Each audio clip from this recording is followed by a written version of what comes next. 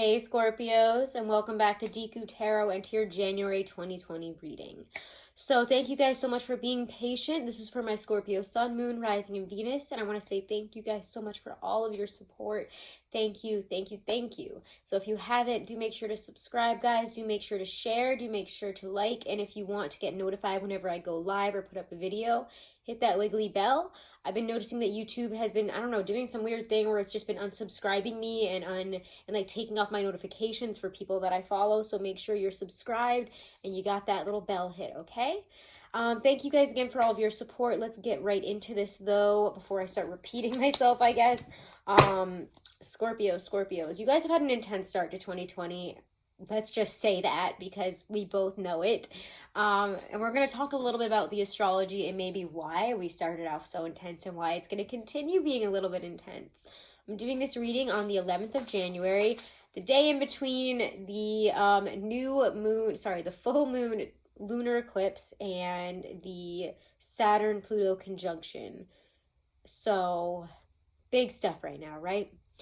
Let's have a conversation about the astrology, and then we're going to get into the tarot. We're going to use my Muka Tarot deck here, or Tarot Muka deck, given to me by my lovely friend Riley. And so thank you, Riley. Shout out to you. Let's get into this. If it doesn't resonate, guys, it's not for you. The messages, just don't take them if they don't resonate, all right? And don't get offended because I don't know you and I don't know what you're going through, so it can't be for you if it doesn't resonate as yours, okay?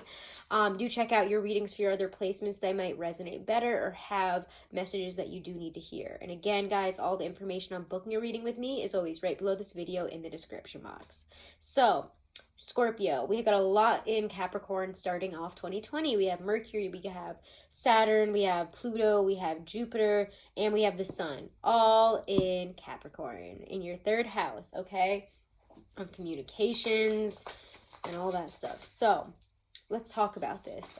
We have that going on. We also have Mars moving into Sagittarius on the 4th of December. Freeing up communication and energy here. Drive moving forward. It's going to be go, go, go. Arrow this way, arrow that way. Let's do it. 10th of December, which was yesterday, is when things started to hit. We had, again, that lunar eclipse, full moon in Cancer, and that energy lasts for about 6 months ahead, and it's just part of that continuing Capricorn Cancer eclipse cycle that's been going on since, I think, June or July 2018. I think it's July. So it's been going on for a while, and it will continue on until about halfway through this year. So as it being one of the last eclipses, do notice how it brings up things from the past ones, the past like year and a half or so. Try to figure out, are these similar energies coming up to be reviewed? Is it wanting me to release this? Why is this coming back up again? It's really going to be bringing up all these past eclipses, especially the one from December 26th that was in Capricorn, again, the opposite sign. And as you should know, these are where the nodes are, Capricorn and Cancer respectively, up until I think halfway through this year. So that's what's happening. It's big stuff. And it's going to bring about this nurturing, sorry, I feel like I'm going to cough, so let me have some water. It's going to bring up this nurturing energy here. You want to be nurtured by your communications, by your foundations, by your work, the people around you, the life around you, the foundation that you built, and you're going to want to nurture and be nurtured in return. So that's really where that focus is going to be for the next 6 months. Again, I highly recommend you go check out maybe the astrology on that, etc., or even the video that I did for that lunar eclipse. Also on the 10th of December, something really big is happening. We have Uranus going direct in Taurus again. It has been retrograde for quite a while. And that's going to bring some quite shock and awe, bull in a china shop energy to situations, to life, to especially grounded, rooted areas of life. And because it's your opposite sign, to relationships. It's going to bring a lot of transformational energy there. It's going to bring about the make or breaks, the big conversations, anything that has been really below the surface is going to come up and be dealt with, okay? It's gonna be a lot. All right, so let's see what else we got here.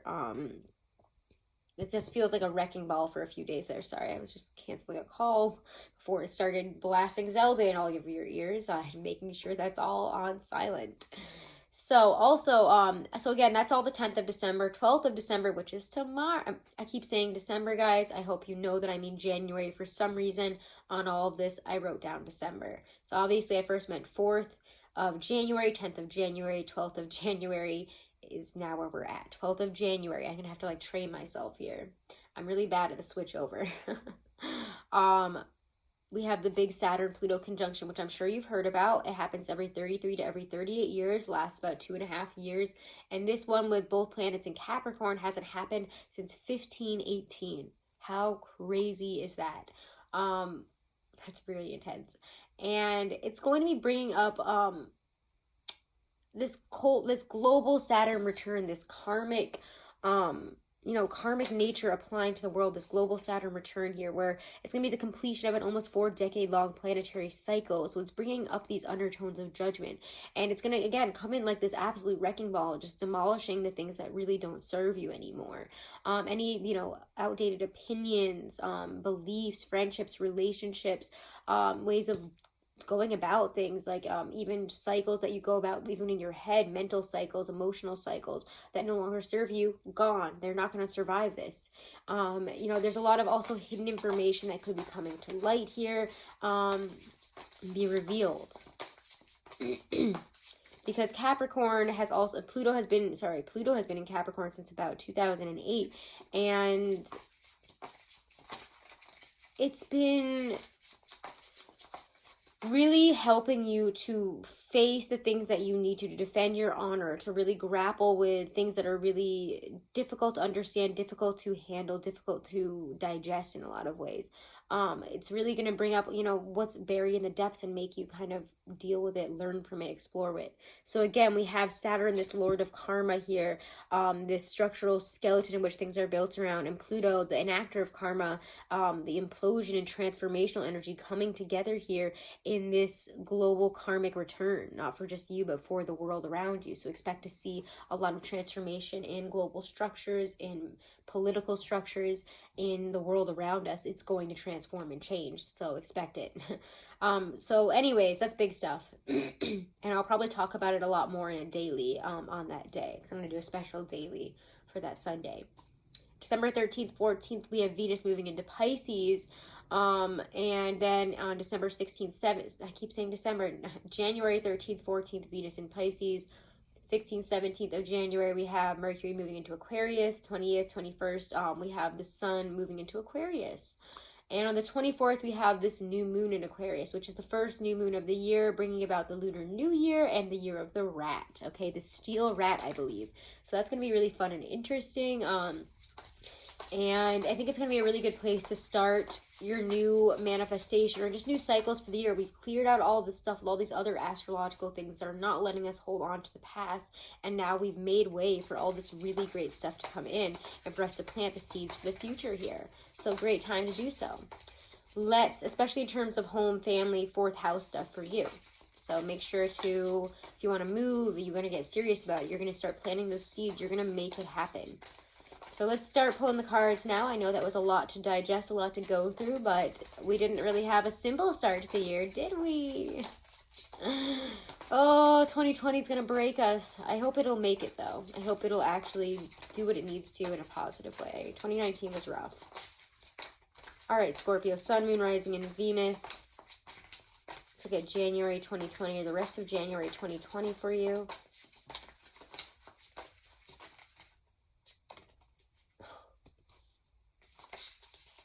We're going to take it. All right, where have we been so far, Scorpio? Oof. That gave me a vibe. I know it's going to be a card that's coming out. I know it's going to be. Can we get one? Half the deck almost just fell.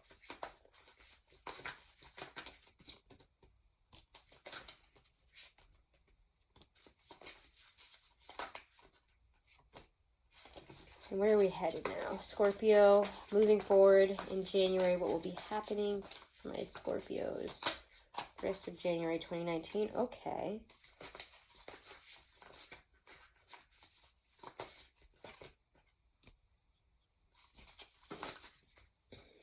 With all the hair out of my face here.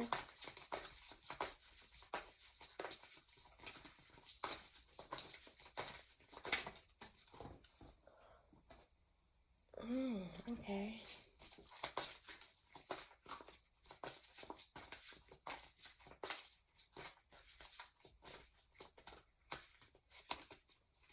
the rest of January 2020 play out, what will be happening. My Scorpios. One more. Hell yeah. Okay. Not bad. I know we've been some places. I know we might feel some regrets. I know we might feel a bit angsty. And that's okay. Things are going to be okay. Six of Wands is your overall energy for the rest of the month, which is success. People rooting you on, you getting in the limelight, things working out for you. If you have been worried about your success, if you've been worried about things going forward, is this all really going in the right direction? Where am I headed? Is this going to be okay? Am I going to be all right? The answer is yes. The Six of Wands is triumph. It is happiness. It is that feeling of, I've made it. Here we go. I've moved past this. There's triumphant resolution to your difficulties. There is such nice energy throughout this spread that it corrects itself. Wherever you have been, whatever you have been going through, it is getting corrected. You are on the right path. Sixes for me as a reader are always the message that you're on your right path forward, that you're going in the right direction, that things are where they're supposed to be. This is your higher self saying, don't worry, keep going. You're there. You're exactly where you're supposed to be. And Six of Wands is just, again, such a wonderful, successful card. I know I'm going to need some clarifiers for what's happening here. And I know for some reason it's going to be the Hobbit deck. So, might as well get it out. We get the Empress reverse and then the Page of Pentacles reverse. And when you get... Oh my god, hold on. Almost just knocked over all these cards. Please stay. Thank you. That's what happens when you put things on the edge of your tarot table, I guess. Okay, anyways. Empress card. I was just afraid I was going to knock two decks down at once. The Empress is this lovely, devotional, happy card here, but when it's reversed, there's a lot to give and a little that you're getting back. Very little that you're getting back is what I mean. And with the Page of Pentacles, it has a lot to do about money, doesn't it? It's something about money. Somebody being selfish, somebody hoarding something. Maybe you put in a lot of effort into something and haven't seen the return. But you're getting impatient, you're getting frustrated, and you're wondering, is this ever really going to pan out the way it's supposed to? So let's look here. It could also be, again, that you guys are so focused on the material that there's just a lot of stress, worry, and obsession there. I don't know. Overfocus, overindulgence in it. Okay, let's look at the Empress reverse with the Page of Pentacles. Clarify what's happening here, or what has happened so far in January for Scorpio.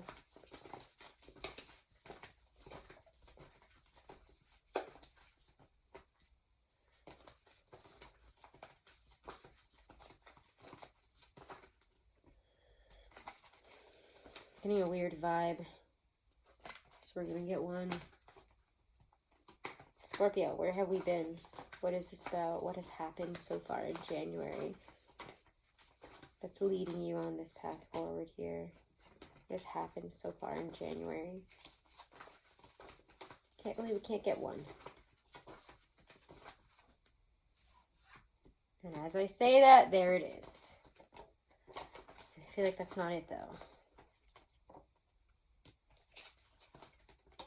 Wow. Yeah, you guys have been through it. There's been a lot of oppressive energy. Something, I don't know, something went forward here. You were looking at something in a different way. Now, the way it comes in is very... You know exactly what it is now. The Hangman reversed.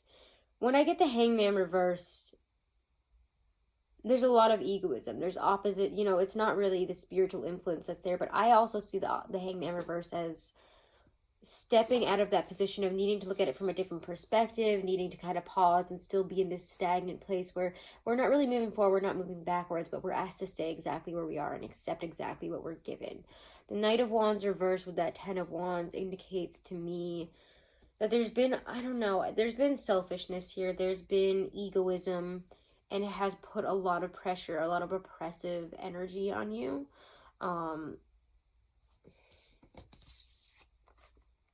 And again, this Knight of Rods here is just very, when he's reversed, I really don't like him when he's reversed, because he always comes up as he's just like pure discord coming in, like whatever messages, whatever communication you're getting, it's like, I'm sorry, what? You're gonna do what? Because the Ten of Rods is there, and it's like, great, now I have to deal with all your problems.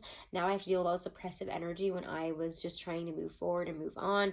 And I think it might have a lot to do with a career situation for a lot of you not panning out, or, you know, again, people taking from you in that kind of situation, somebody wanting to greedily, you know, either take some pay from you or lower your pay, not give you a raise, put more pressure on you, or, you know, put more responsibility on you than you deserve.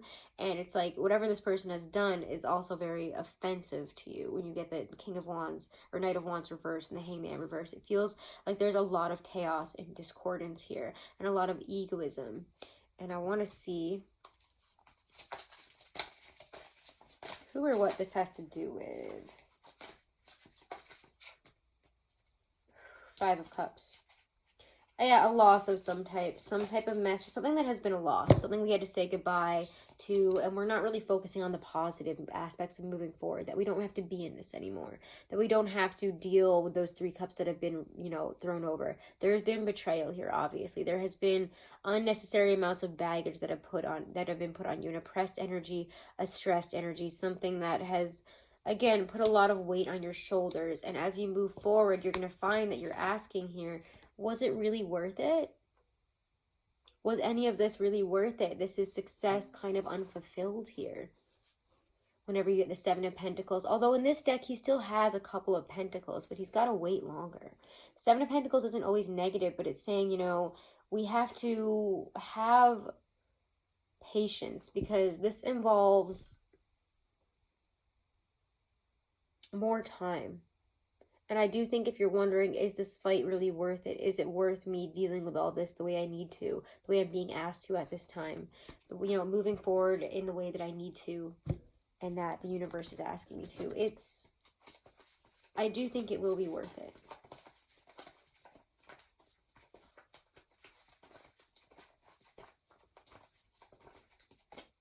Two of Cups and Judgment and the Star. Have faith, have hope.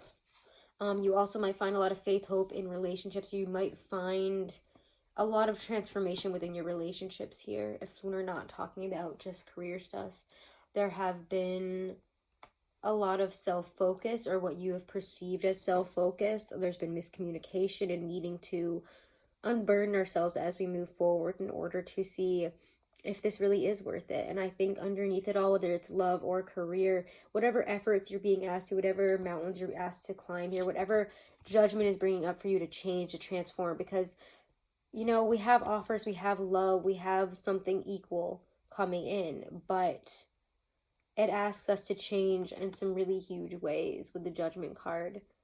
How will you transform? How will you change?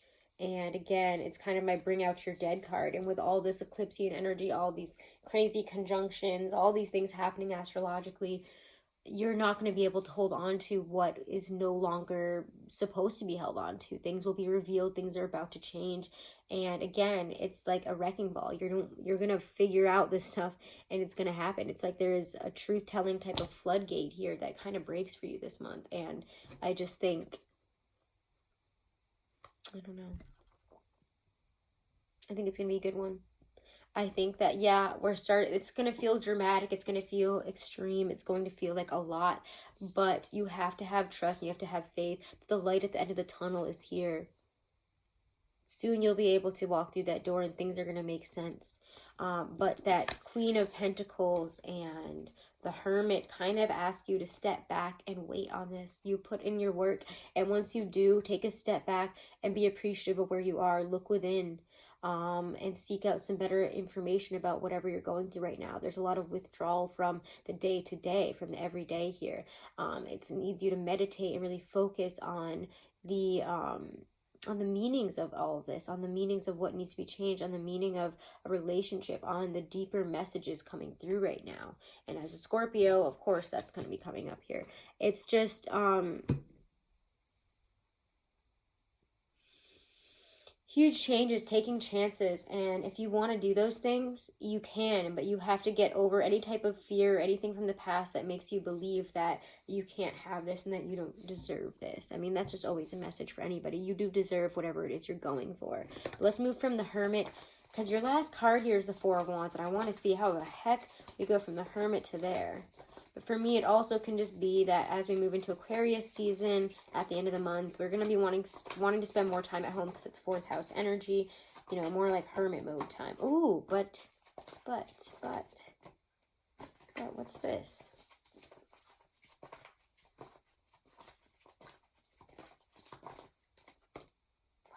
Again, we get 2 Four of Wands things.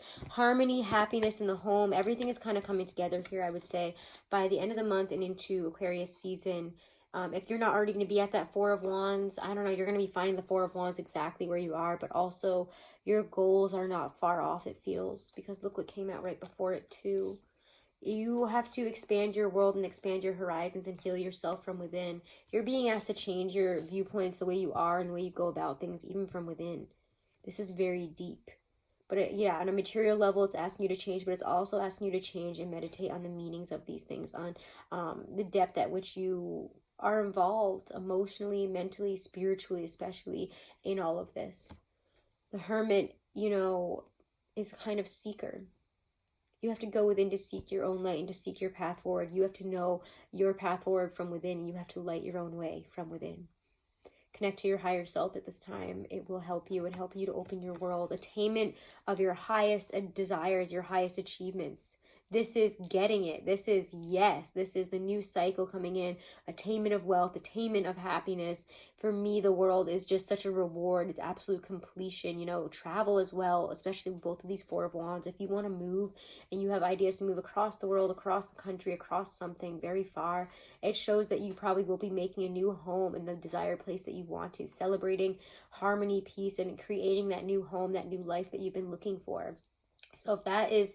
And I wouldn't be surprised if, again, that's what your focus is towards the end of the month, considering the planetary alignments and stuff. There's a lot of focus for you, again, on moving forward and into travel, on into new homes, again, with that 4th house stuff. You know, where do I want to live and how am I going to make it happen? The light is at the end of the tunnel this month, and you can make all of these things happen.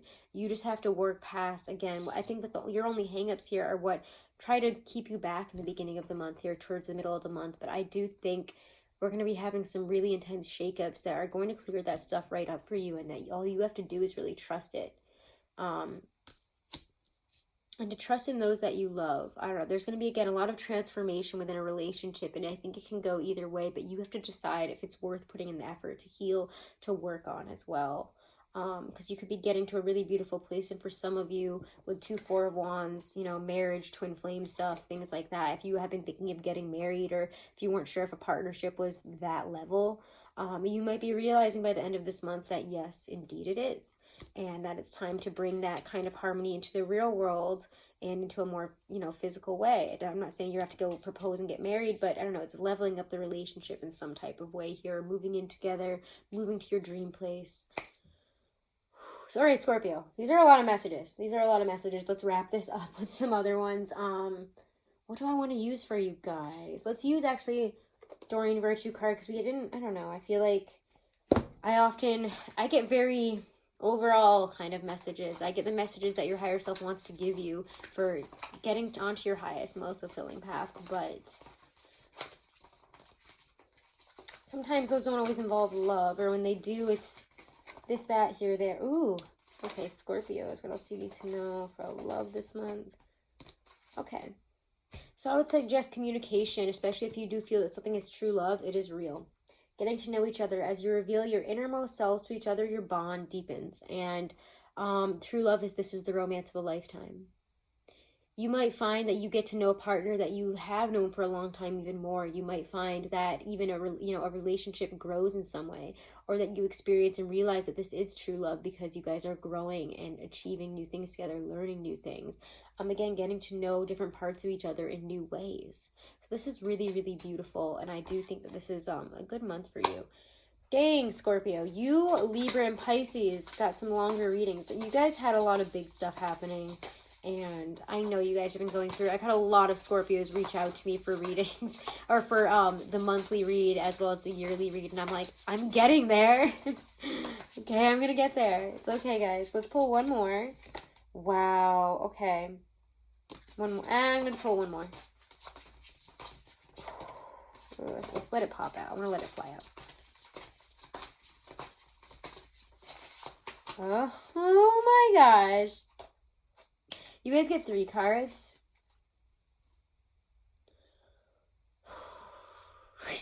All right, here we go. Sorry for the funny faces, but I don't even know how to deal with this sometimes. Only Scorpios, you guys could handle this kind of stuff here.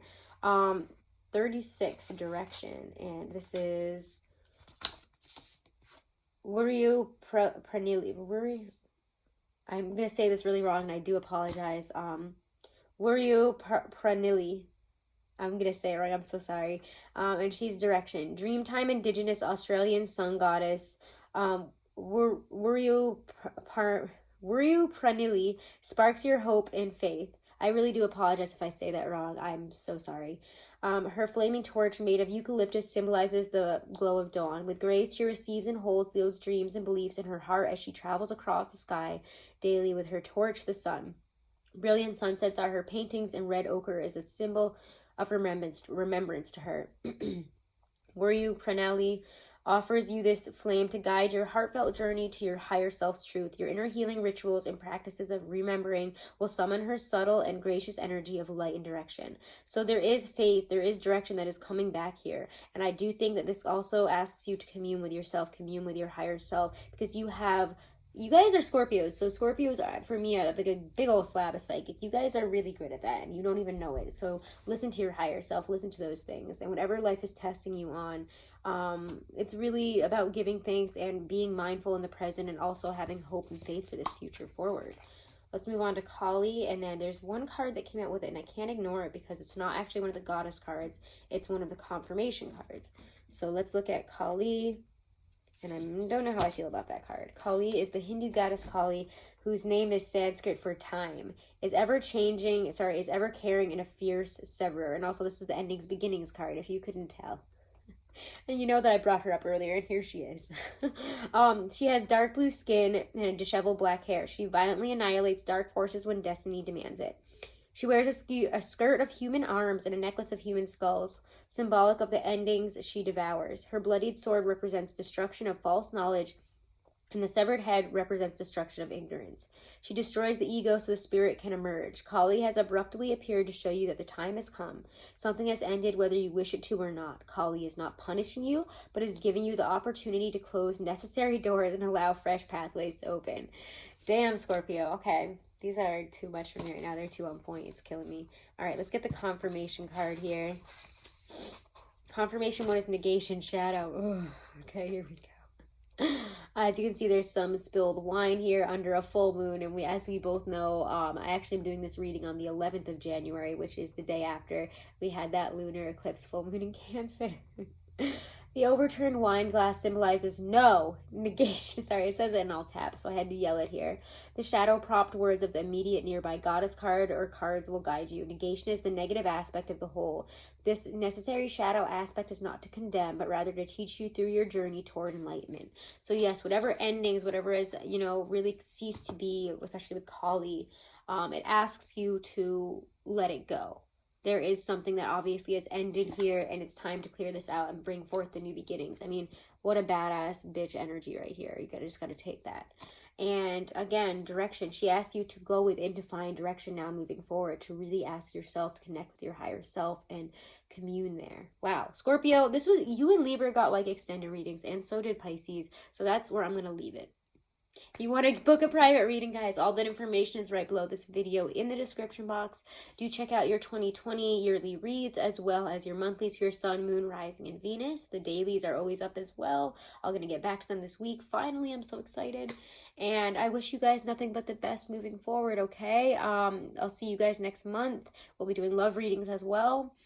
And if you haven't, do make sure to subscribe, share, and like if you enjoyed it, okay? Have a wonderful rest of January. Namaste.